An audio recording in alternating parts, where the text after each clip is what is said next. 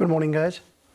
So today we will talk about how to find the asymptotes of the rational function. Hey, last time we made a mistake, so let me make the correction on that. Okay, so you see we have a function f(x) equal to x squared plus 1 over x minus 2, right?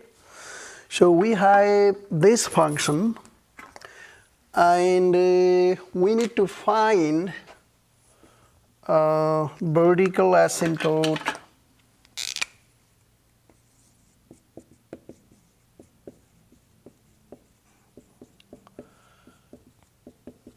and the horizontal asymptote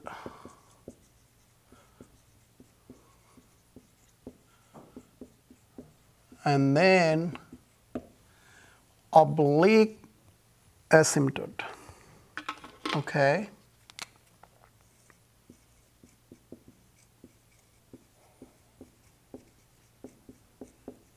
Okay. So now you see, to find the vertical asymptote, so this is a rational function, right? You set denominator equal to 0. You set, what is the denominator? X minus 2, right? You set x minus 2 equal to 0. And you see this is same as x equal to what? 2, right? X equal to 2 is the vertical asymptote.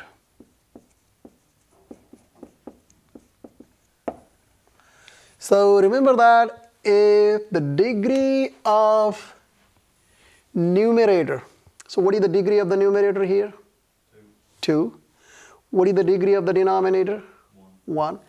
If the degree of the numerator is exactly 1 more than the degree of the denominator, at that time we'll have an oblique asymptote. This one. Right? If the degree of numerator is exactly 1 more than the degree of denominator, then we'll have a what? Oblique asymptote, right? And then to find the oblique asymptote, you have to divide this by this. And you need to find the quotient. Okay? So now we used synthetic last time, like I was in a rush. So we use synthetic, but remember that when you use synthetic, the divisor must be in the form of what? X minus k, right? If you want to use synthetic, if you want to use synthetic, right, the divisor, the divisor must be in the form of x minus k. Are you guys with me? So now look here, what is the divisor here? X minus 2, is that right? Right? So the divisor is x minus 2, and if you compare x minus 2 with x minus k, so what is the value of k? No, the value of k is positive 2. You know what I mean? Yeah. So the last time when you use synthetic, we use k equal to what? Negative 2. So that's the mistake. So what you need to do is, we use the value of k2, right? The value of k is 2, so we use that. And then let's use the synthetic, okay? So you have a 2 here. You see what I'm talking, right? The last time, what happened? We have a negative 2. That's the typo. You know what I mean? So this would be 2. If we compare x minus 2 with x minus k, the value of k is 2. Okay? So now, and then you have a coefficient of x squared 1, and you have the x term is missing here. Is that right? X term is missing, so the coefficient of x is 0, and the constant term is what? 1. That makes sense? And then you bring down the first coefficient So this is 1. What is 2 times 1? 2. What is 0 plus 2? 2. And what is 2 times 2? 4.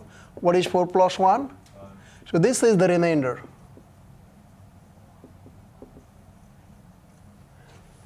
Does that make sense? So this is the remainder, okay? And then we disregard this, we disregard the remainder, right? We disregard the remainder, and then y equal to, you know, what is the quotient here? What is the quotient? Let's say the quotient is denoted by qx. What is qx? What is the quotient? Yes, x plus 2, right? So it will be x plus 2. And the y equal to quotient. So which is x plus 2, right? So y equal to x plus 2 is an oblique, is the oblique asymptote, you know.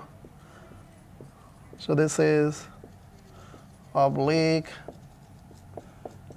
asymptote. Did you get it now? So the last time we have a negative 2. This is a, you know, that's the mistake. That's the typo or whatever you call. So this should be 2. Okay. So we got it, right? Did you get it, guys? Okay. And I think it does not have horizontal asymptote. Okay, it only have oblique asymptote.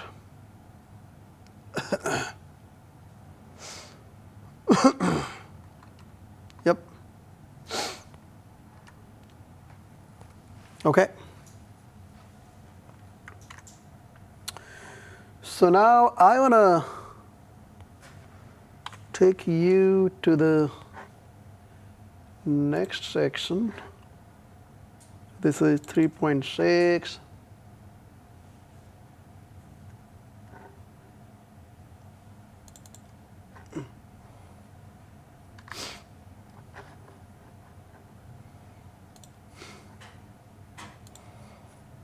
Okay. So the variation, okay. So we have two type of, we mainly focus on two type of variations, the direct variation and the inverse variation, okay. And we also have a combined and joint variation. So look here. So if one quantity is constant multiple of another quantity, then the two quantities are said to vary directly. So you can think like a number of hours you worked and the wages or the amount of money you make, you know, like they are in a direct variation, okay? So if you look here, let's look here.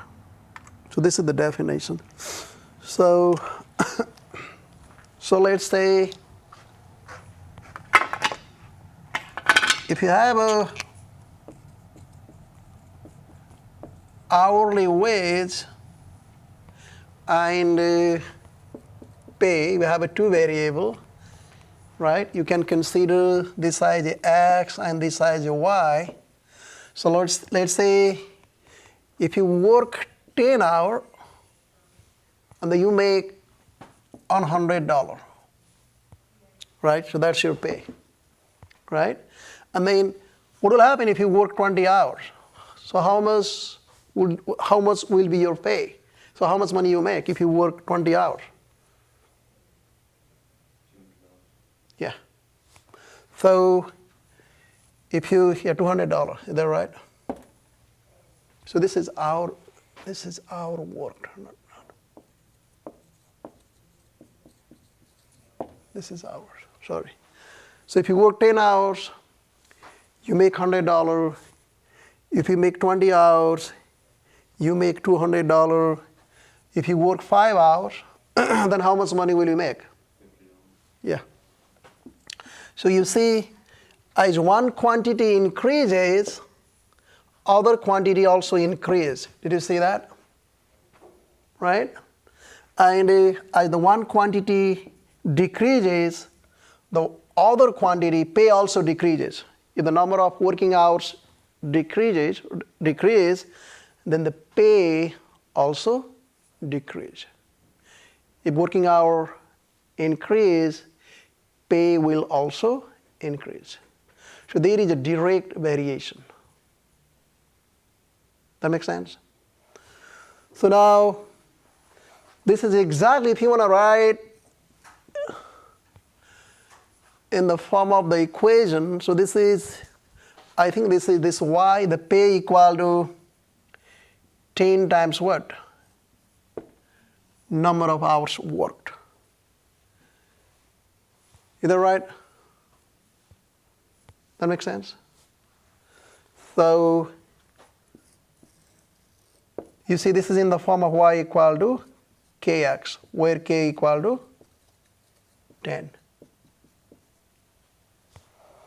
This is in the form of y equal to kx, where k equal to 10.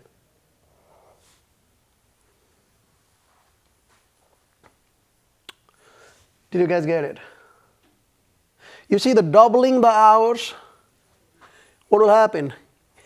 Doubles the pay, is that right?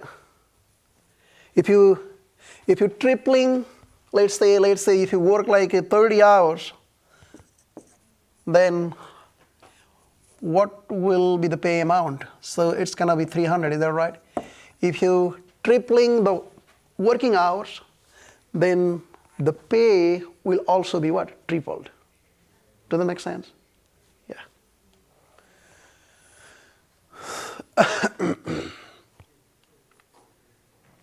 So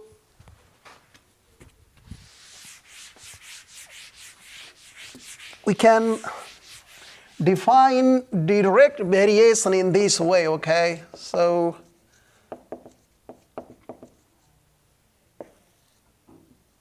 y varies directly with x if there is a non-zero constant k, there is a non-zero constant k such that y equals to k times x. So this is the definition. Make sense? So y varies directly with x. So these are the two variables, y and x. If there is a non-zero constant k such that y equal to kx. Now in this example, your y variable is the pay amount, right? Your x variable is the number of hours worked, right? And this variable varies directly with this, right? And you see the y equal to what? 10 times x, where k is 10. So this is an example of direct variation. And this k is called proportionality constant, or the constant of variation, whatever. This k is called constant of variation. Did you get it? Okay.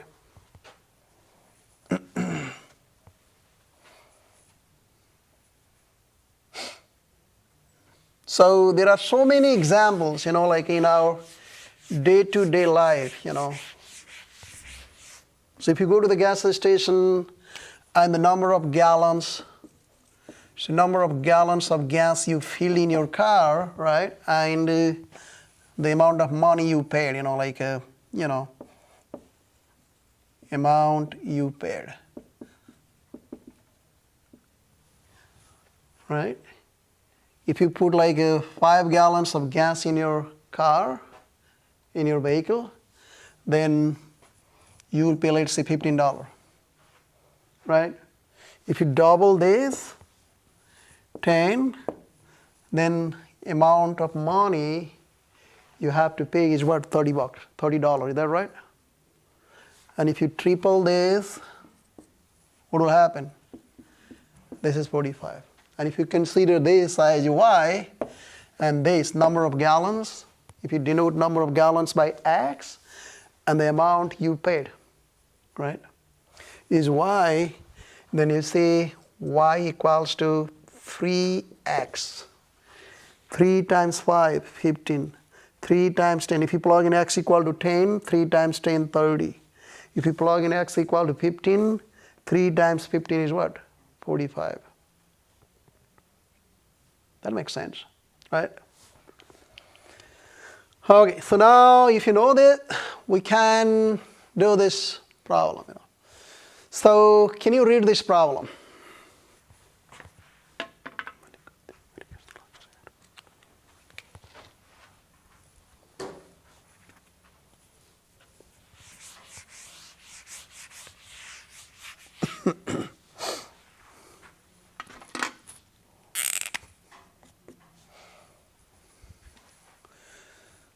See that?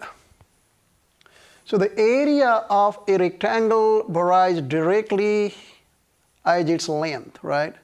If the area is 50 meters square when the length is 10 meters, find the area when the length is 25 meters. Okay, so you see, let's say this A represents, A denotes area of a rectangle, and L denote length, okay, length of a rectangle. Are you with me, guys? Right? And you see the A varies because area of the rectangle varies directly with L. So that means as the length of the rectangle increases, the area of the rectangle also increases, right? So by the definition, you see, if A varies directly with L, then A equal to what? KL, right? There exists a non-zero real number K, so that A equal to what? K times L. Does that make sense? So, and if you see that, if the area is 50 meters square when the length is 10 meters, so A is 50 meters square when length equal to what? 10 meters. You see that? So you plug in A equal to 50. Here you plug in A equal to 50 and L equal to 10, so K times 10. So now you see you divide both sides by 10. You divide both sides by 10. You cross them out and K equal to what? 5. Because 50 over 10 is what? 5. Make sense, guys? Right? So now you plug in the value of K here. So you plug in the value of K. So what do you have? A equal to, you see the value of K is 5, you plug in back here. So it's going to be 5 times what? L. So now the questions asked you, find the area. What is the area when the length is 25 meters? When L equals to 25 meters, right? So you plug in 25 here, that will give you the what? Area. So 5 times 25. You plug in 25 here, this 5 times 25, this is what? 125. Got it? Yeah. So area is 125 meter square. So this is the final answer.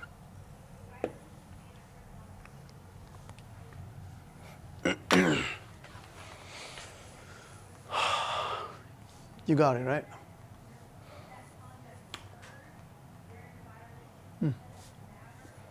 So now, so this is the direct variation as nth power. Okay, so let n be a positive real number.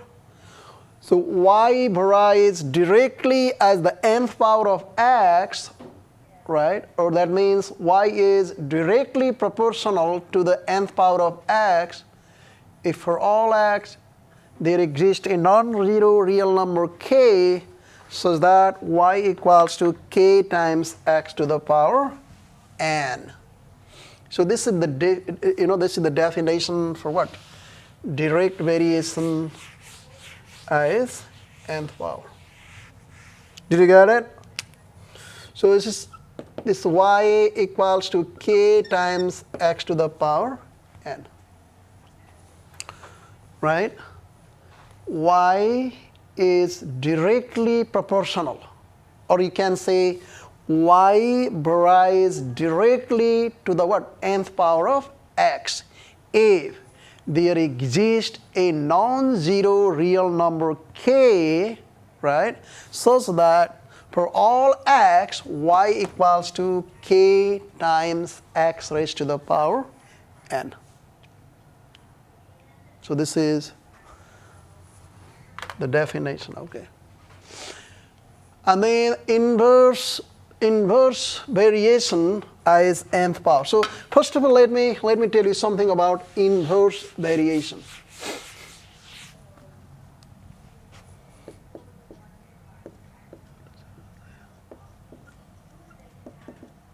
So let us consider two variables, okay. Let's say number of workers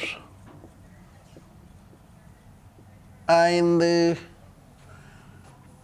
total number of days required, total number of days required to build a house, or to build a house. So let's say if you have 50 workers, right? 50 laborers, you know what I mean, right? So they can build a house in, let's say, 60 days. Or you can say that, hey, 50 workers require 60 days to build a house. Okay? So let's say I double the number of workers, let's say 100. I doubled it. What will happen? How many days will be required for 100 people, right, 100 workers to build a house? 30 days. Right? And you see that as the number of workers increases, days required to build a house decreases. As one quantity increase, other quantity decrease. Does that make sense? Yeah. So this type of variation is called what? Inverse or indirect variation. Make sense, guys? Yeah.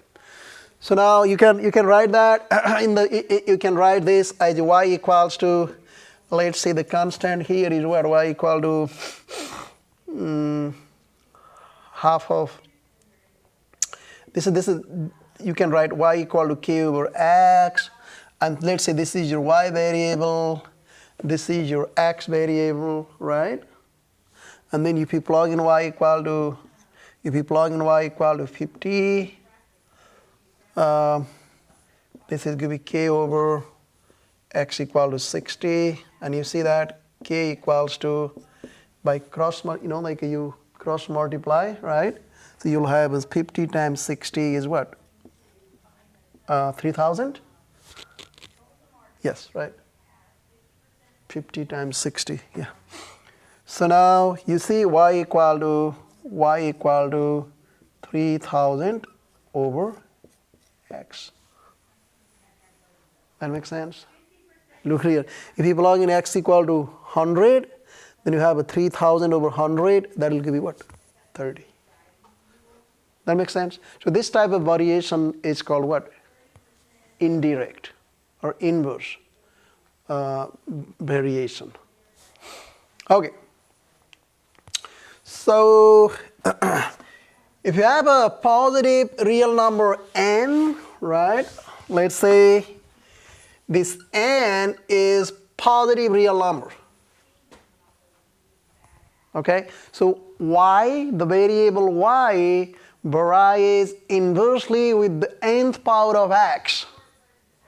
Okay? So what I'm saying here, so this is n positive is a real number, right? This is a real number.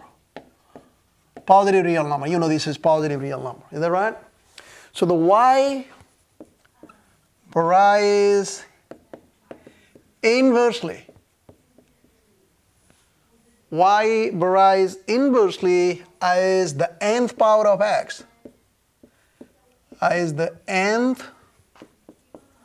power of x.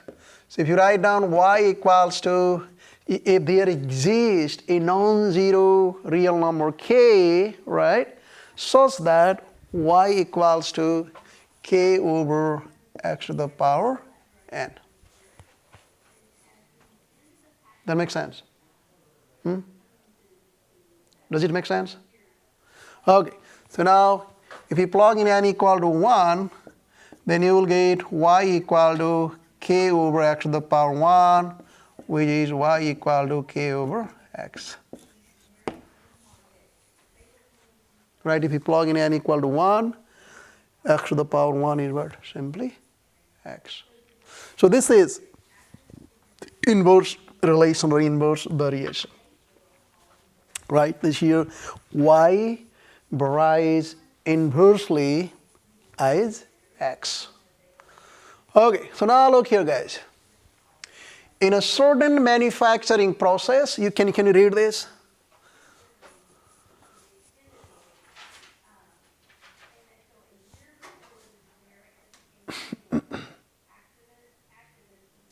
Did you get it?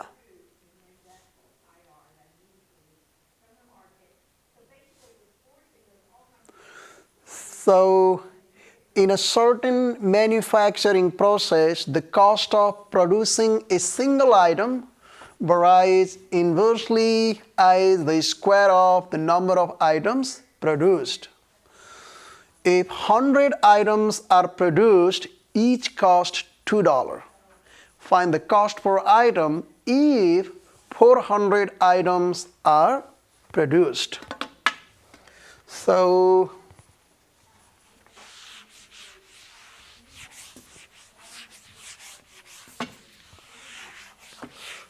look here, guys. So what you have here is the cost of producing a single item. The cost of producing a single item, right, varies inversely.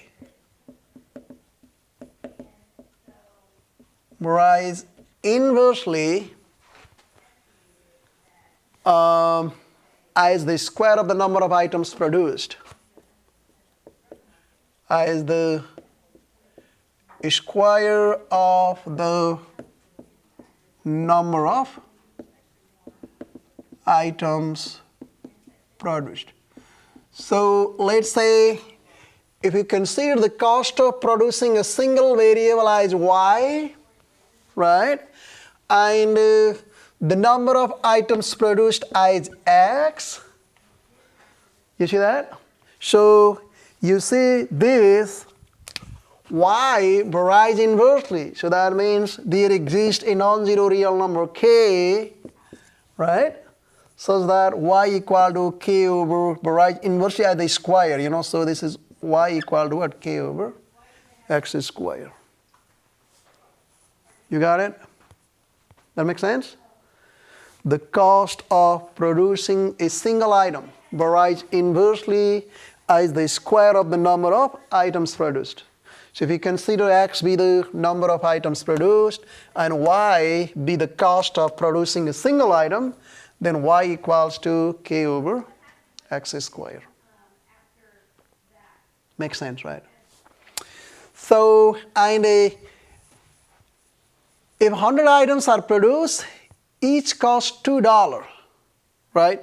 If the number of items produced is, if x equal to 100, right, then the cost of each costs $2. So that means the cost of each item is what? $2, right? So that means y equal to what? Y equal to 2.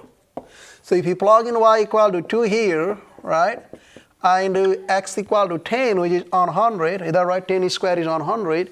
So that will give you the value of k. So what is the value of k? K equals to 2 times 100. What is this? 200. Make sense?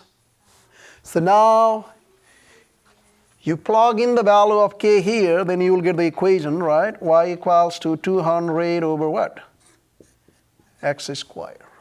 That makes sense? So now you need to find the cost per item if 400 items are produced. And you know the number of items produced is denoted by x. Is that right?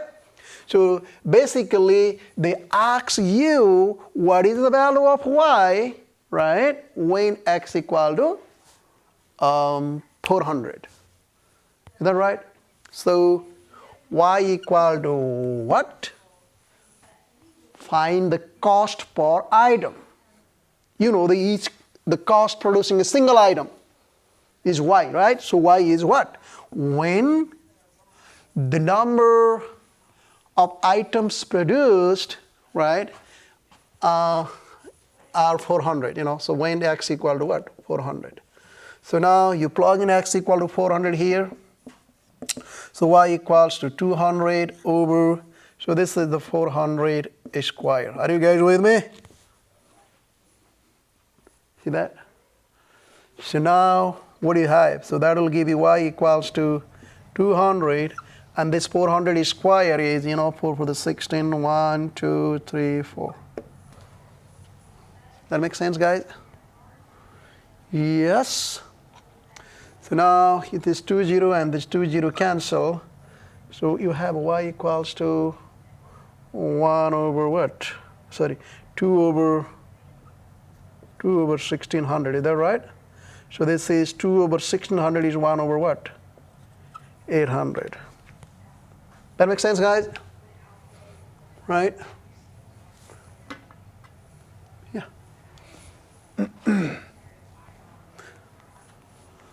So, yep. What did I get this? Did we k equal to? Hold on a second. Maybe I did something here.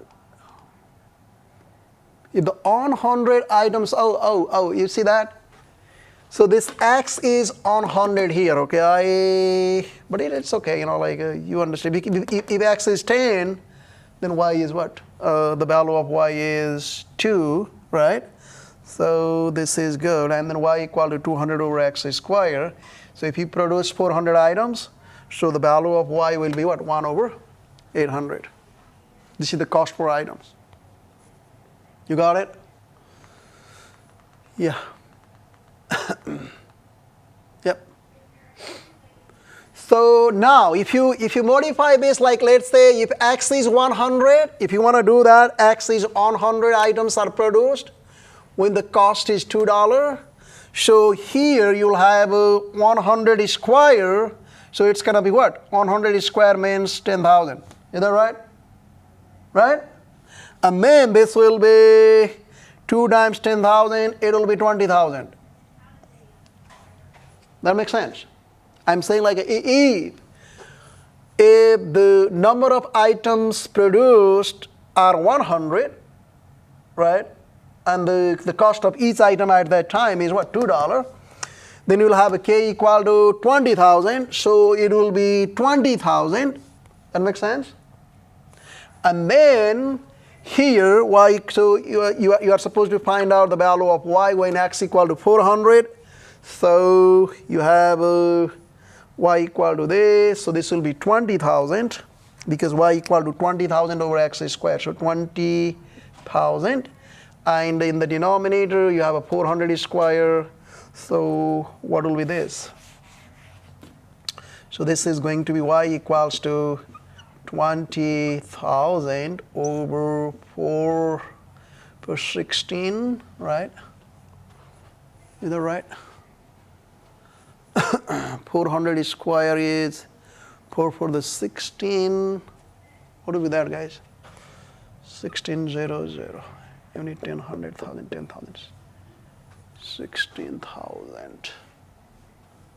Does that make sense? So what is this? 20,000 divided by 16,000. Can you find this? What will be that is? That'd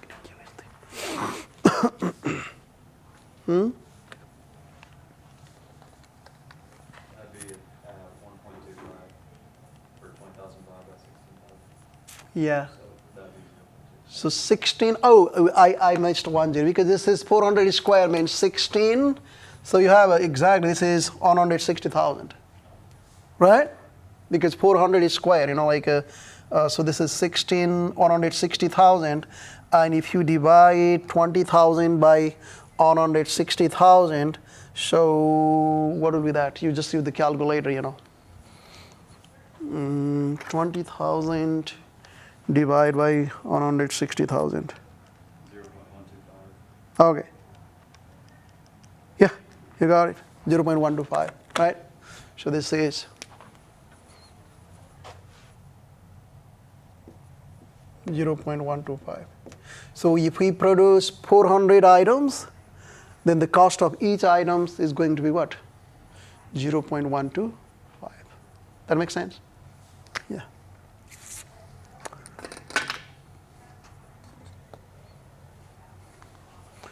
So now the next one is the joint variation. Okay, so how do you define that? So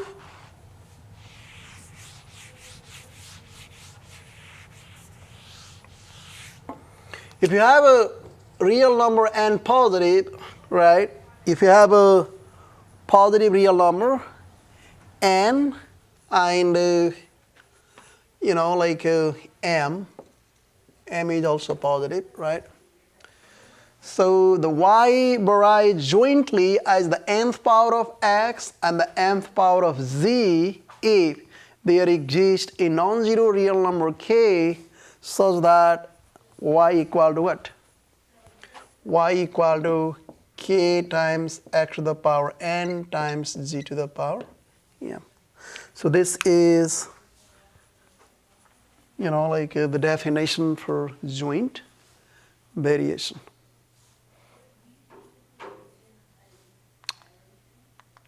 Okay, so now let's work on this, okay? So the area of a triangle varies jointly as the length of the base and the height, right? A triangle with the base 10 feet and the height 4 feet has area 20 feet square. Find the area of a triangle with base 3 feet and the height 8 feet.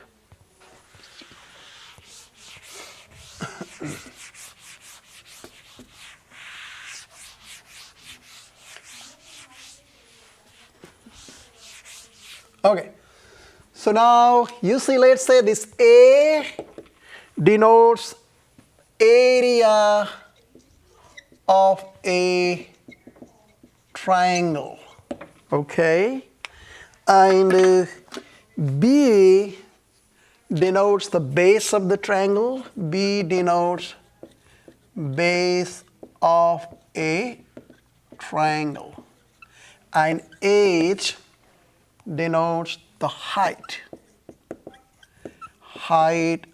of a triangle, right?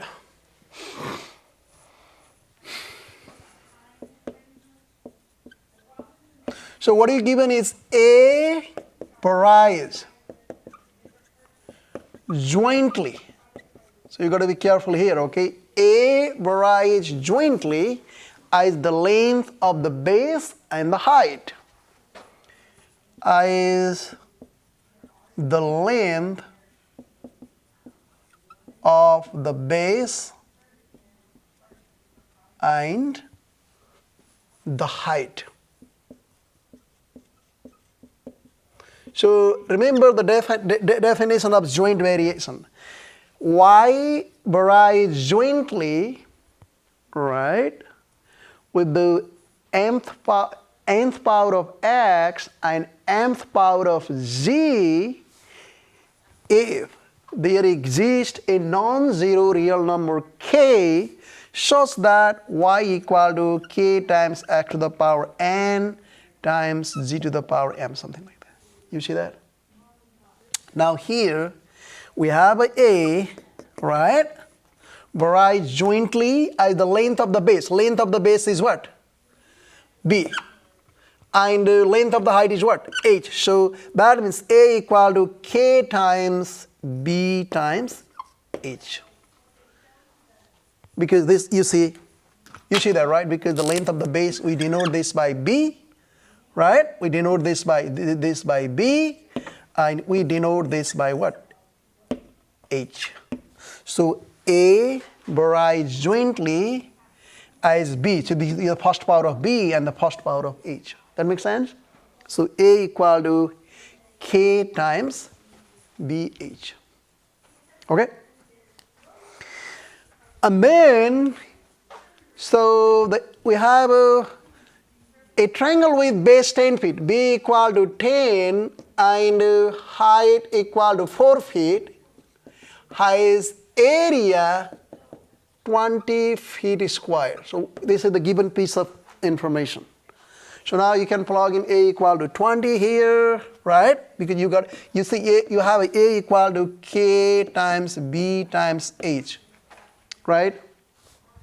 So you can plug in A equal to 20 and K times, we are going to find out the value of K, the constant of variation, right? So the value of B is 10 times the value of H is 4. So that will give you, this is K, and 10 times 4 is what? 40. Is that right? And you divide both sides by 40. You divide both sides by 40. So you cross them out, right? So that will give you K equal to what? 20 over 40, which is what? 1 out of 2. That makes sense? And now when you plug in back the value of K here, A equal to what? Half base times height. This is exactly a formula. This is exactly the formula to find the area of a triangle. Is that right? So now,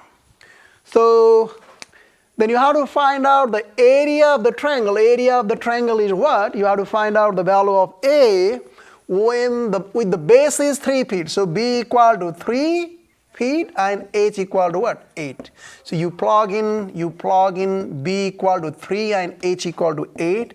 So half times B equal to 3, and you see the H is 8, okay? So now that will give you A equal to half. 3 times 8 is 24, is that right?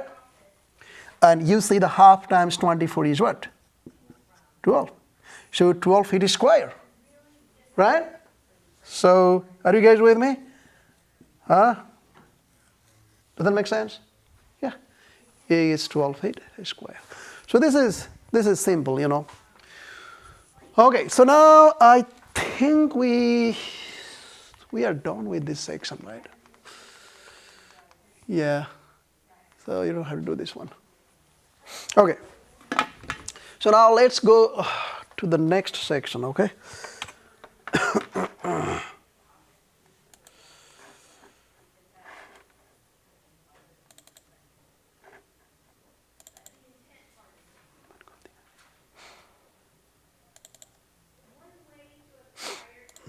Okay.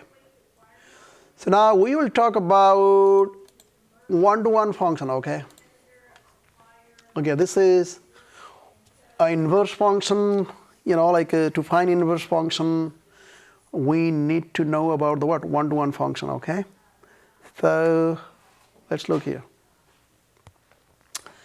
How, if you look at it here, so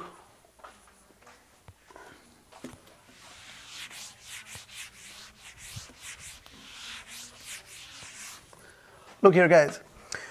So if you look at the function like this, f equal to, let's say you have a negative 2 comma 2, negative 2 comma 2, and then if you have a negative 1 comma 1 and 0 comma 0, 1 comma 3 and 2 comma 5, right? Do you see that? So if we interchange the value of x and y, so let's say you simply interchange the value of x and y. You interchange the value of x and y, so what will happen? Let's say that function is g, okay, you interchange the value of x and y, you just switch x and y, okay? So you'll have a 2 comma negative 2, is that right? 1 comma negative 1, right? So 0 comma 0, 3 comma 1, right? And what? 5 comma 2. You have this, is that right? So what do you think is, so this is a function, right? Because every x value paired with what? Only one y value. And what about this? Is this also a function? What do you think? Yes, right? So you see this function z is called the inverse of the what? Function f. So you see how did you get the inverse? You simply interchange x and y, right? Or you simply switch the value of x and y. So, and this function is one-to-one because distinct values of x correspond with only one value of, distinct values of x, right, correspond with only one y value, and the y value also correspond with what? Only one x value, right? Or you can say different element in the domain correspond with what? Different element in the range. That makes sense? Right? So you see what I mean, right? Each x value correspond with only one y value, and then each y value correspond with only one x value. So this is one-to-one function. But if you have a function like this, let's say if you have a function like, let's say you have negative 1 comma 1, 1 comma 1,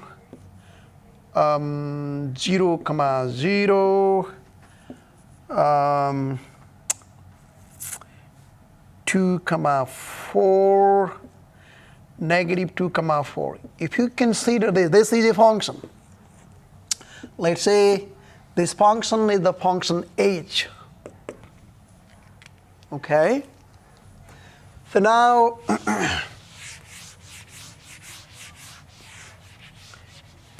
if you draw the mapping diagram for this function, you see, let's say you have this.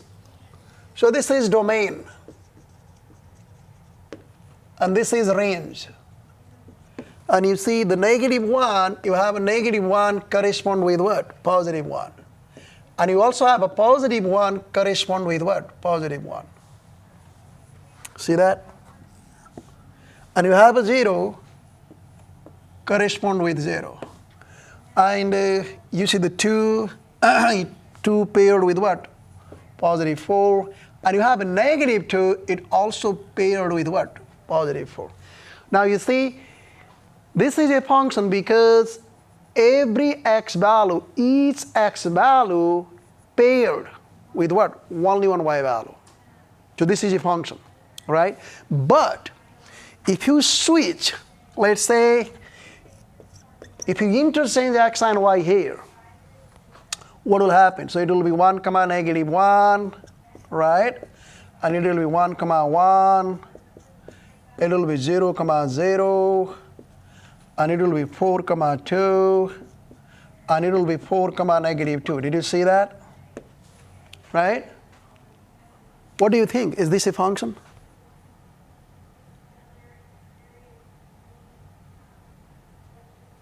You know the definition of the function, right?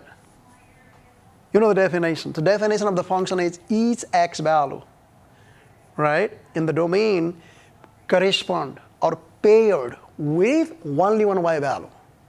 But here, if you look here and you see this x value, right, it corresponds with, the x value is 1, it corresponds with what? 2y value. Did you see that? Or I can show you the mapping diagram. You see, so let me make the mapping diagram here. Look here. So 1 corresponds with negative 1. And this 1 also corresponds with what? 1. What did you see here? Right? And then here, this 0 corresponds with 0. But if you look at the 4, it corresponds with what? 2. And this 4, it corresponds with what? Negative 2. Now you see here, each x value, not each x value, the x value 1 corresponds with what? 2y value. Is that right? Paired with 2y value. And similarly, 4 corresponds with what? 4 paired with what? 2y value. So this is not a function. This is not a function. That makes sense? But this is a function. This is a function.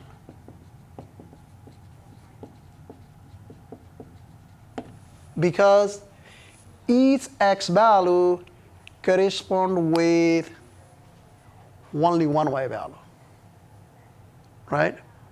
So this is not a one-to-one function. This is not a one-to-one function. This is a function, but not one-to-one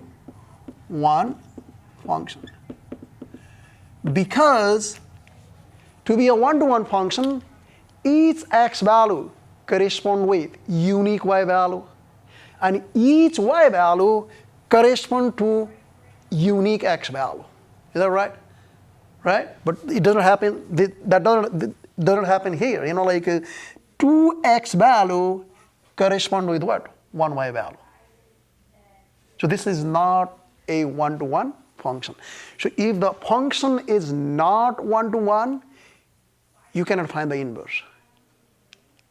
Because inverse is not, this inverse is not a function. You see that? But here, this is a one-to-one function. So that's why the inverse of one-to-one function is also a what? Function.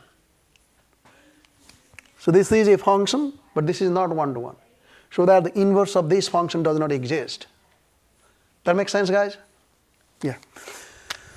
Okay, so now let's define, you know, one-to-one function, okay? So a function f is said to be one-to-one function. This is the mathematical definition, you know.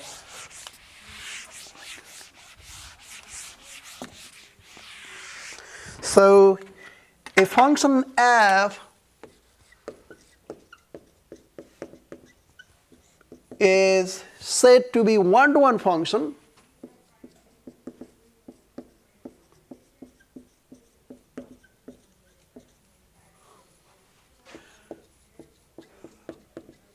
if A is not equal to B. So that means if A and B are distinct, right? So that will imply f of A is not equal to f of B. So for the elements, what you can say where A and B, where A and B are the elements of the domain.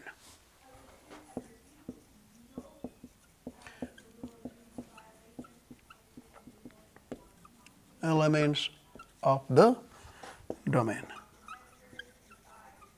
Did you get it? Yes? So that means, you see, distinct x values correspond with what? Distinct different y values. Different x values correspond with different y. This is one-to-one, you know what I mean?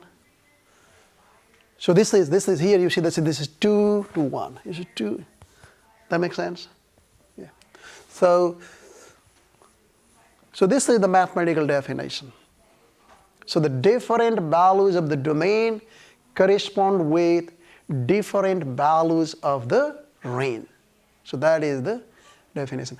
Or this is equivalent with, this is, you know, the contrapositive, this is equivalent with if f of A equal to f of B, this implies A equal to B. Same thing, they are equivalent. Right? If these two are equal, f of A equal to f of B, then A must be equal to B. So this is the definition of one-to-one function. Okay. So now, if you want to decide whether the function is one-to-one, so you have to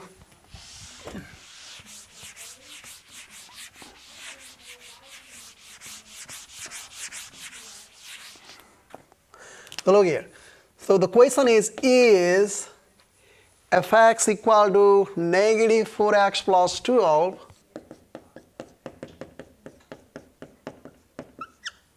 one-to-one?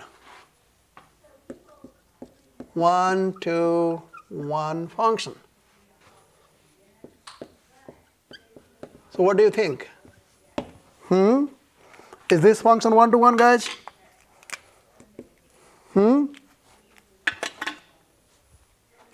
What do you think? Just think like this, you know, like when you plug in the values of x, right? The distinct values of x, right? Do they produce the distinct value of y? Or do you have two different values of x that produce the same value of y? If that is the case, it will not be a what? It will not be a one-to-one, right? If you plug in two different values of x and that produce this unique same value of y, then it will not be what? It will not be one-to-one. So can you come up with two different values of x that they produce the same value of y?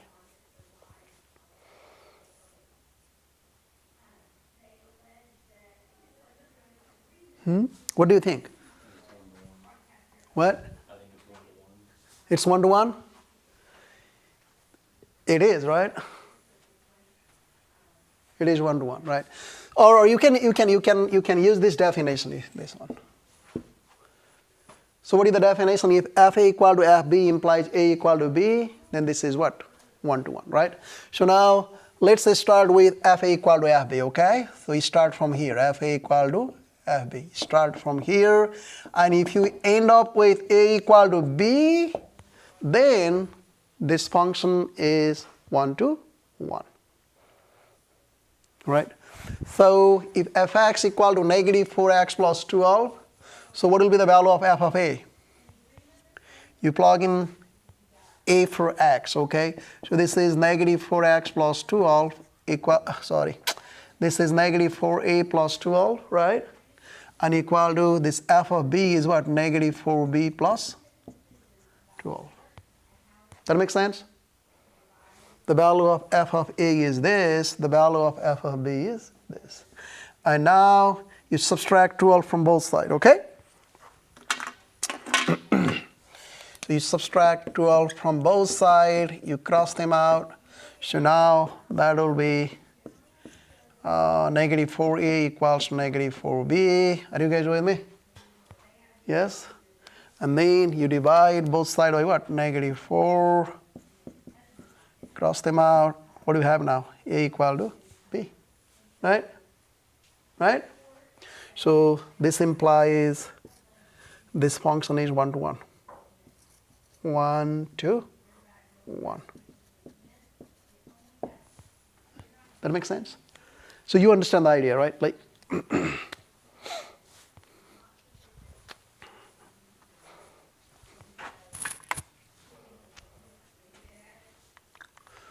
okay. What do you think, guys? Is fx equal to negative square root of 25 minus x squared? What do you think? Is that 1 to 1?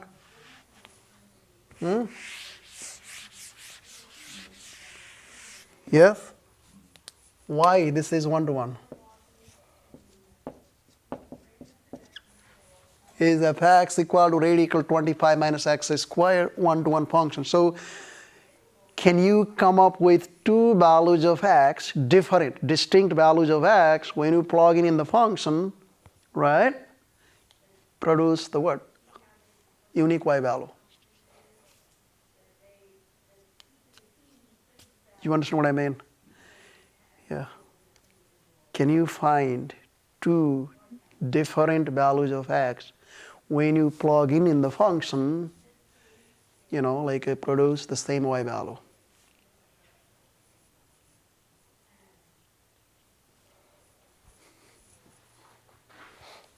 It wouldn't be a 1 to 1, wouldn't it? Because, like, for example, if you plugged in 3, it would still give you 9, even if it was a negative 3. It's like Exactly. You got it. that would- Yeah. Perfect. So you see when you plug in x equal to negative 3, so what is f of negative 3? So you do, Yeah, 25 minus this is parenthesis negative 3 square, is that right? So that will give you f of negative 3 equal to, so this is 25 minus 9 equal to negative 16 equal to what? 4. Does that make sense? And now if you plug in x equal to 3, so this is f3 equal to radical 25 minus this 3 square, is that right? Right? So you see that this is equal to what?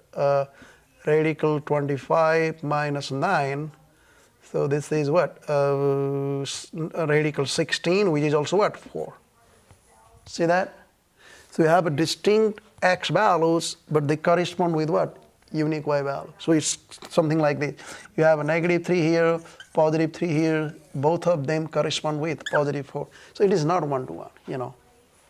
That makes sense?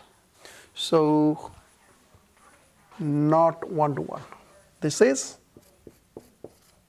not 1 to 1. So this function is not 1 to 1. Did you get it? Okay.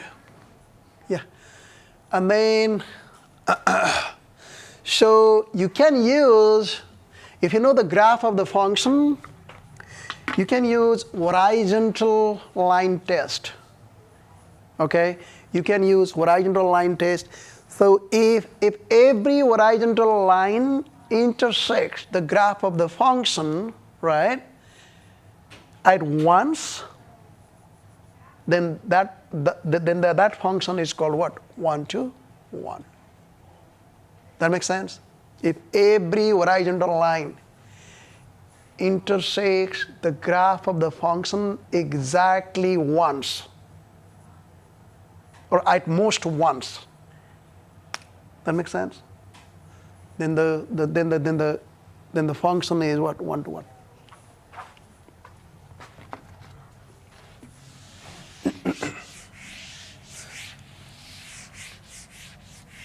You see, for this function, you can draw the graph if you like. So you have fx equal to radical 25 minus x square, right? If you want to draw the graph, let's say, hey, this fx, you can replace this fx by y. So this is y equal to radical 25 minus x square, right? And then you square on both sides. So squaring on both sides, that will give you y square equal to what? 25 minus x square. Did you see that? And then if you move x square on the left side, so this is x square plus y square equal to what? 25. So what is this? Can you recognize? Can you identify this? What is this? What is this?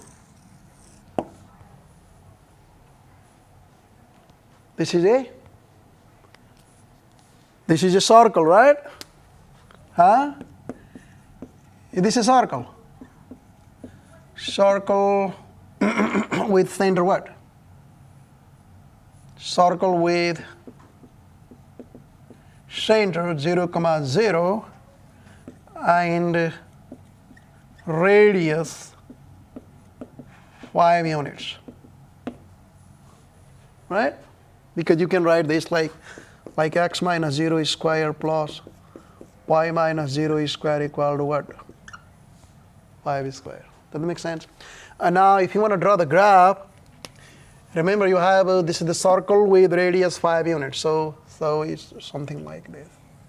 So this is 5, this is 5, this is negative 5, and this is what? Negative 5. But now, but you got to be careful here because this is fx equal to radical 25 minus x squared, right? So this is positive. This fx is what? Greater than or equal to 0. This is non-negative. You know that, right? Radical is what? Non-negative, right? So non-negative means you don't have to what? This part. Because your y value is either greater than 0, right? Or it can be equal to 0. So you have this. Make sense? This is the graph of this function. Now, according to the horizontal line test, a function f is 1 to 1 if every horizontal line intersects the graph at most once. Is that right? So now, if you draw the horizontal line here, guys, you see if you draw the horizontal line, how many points this horizontal line intersects the graph? 2 points. So that's why this is not 1 to 1. So it does not pass the horizontal line test. Right? So this is not 1 to 1. Make sense? Yeah. Okay. So now, you see, if you look at here, like if you have a graph like this, if you have a graph like this, like this, and it cannot be 1 to 1. It does not pass the horizontal line test because you see, you do this. How many points? 1, 2, 3 points, right? The horizontal line intersects the graph at 3 points, so it is not a 1 to 1. Did you get it? Okay. Okay, so now the inverse function, if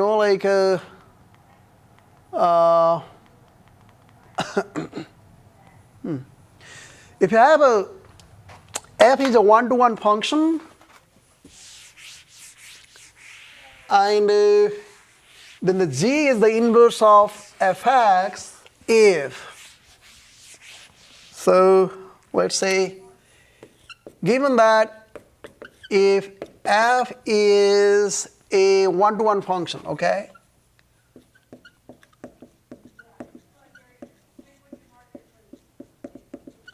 If f is a 1 to 1 function, right, then g is the inverse of f, then function g, you can say gx, whatever, gx is the inverse inverse of f if the composition of this, f o g x equals to g o f x equal to what? X. And this is true for every x in the domain of f and g.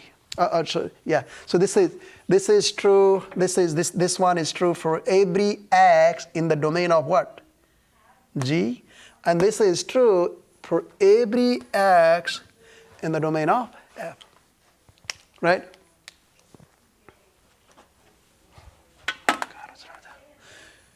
So now look here. So if you have a so let's say you have a function fx equal to x cubed minus 1 and gx equal to this plus 1, okay, this. So the question is z, right, an inverse of, is z the inverse of f? This is the question. So now you have to find the what? Composition of. First you need to find f o g. So you find f o g x because you have to use this definition, this definition. So f o g x, by definition, it is same as what? F of gx. You know that, right? And this is same as f of, what is your gx? Cube root of x plus 1. Right? And what is f of cube root of x plus 1? So you plug in cube root of x plus 1 for x. Right? What will be this? So this will be cube root of x plus 1 raised to the power 3 minus 1. Is that right? You plug in this for what? X. Right? And then what do you have here? So this is same as x plus 1 minus 1. You cross them out, that will give you what? X. So f o g x equal to x. This is good. Right? And the next you need to find what? G o f x. Okay? So G o f x, by the definition of the composition of two functions, so this is same as z of fx, right? And this is same as z, what is f of x? X cubed minus 1. Because f of x is x cubed minus 1. And then, but remember the g is defined in this way, okay? So now this is cube root, you plug in x cubed minus 1 for x. So this is x cubed minus 1 plus 1. You see this x is replaced by what? This x cubed minus 1. That makes sense? So now this negative 1 and positive 1 cancel. So you have a cube root of x cubed. So what is cube root of x cubed? What is cube root of x cubed? X. Is that right? So what did you observe here, guys? You see f o g x, this, and g o f x, both equal to what? X. Right? So that means g is the inverse of f. Right? G is the inverse of f. Did you get it, guys? Does that make sense? Okay, so you say you find f o g x and g o f x, right? Both equal to what? X. So that's why they are inverse. I want to stop right here, and I will see you next week. Bye. Do you have the sign sheet? Yes, I do.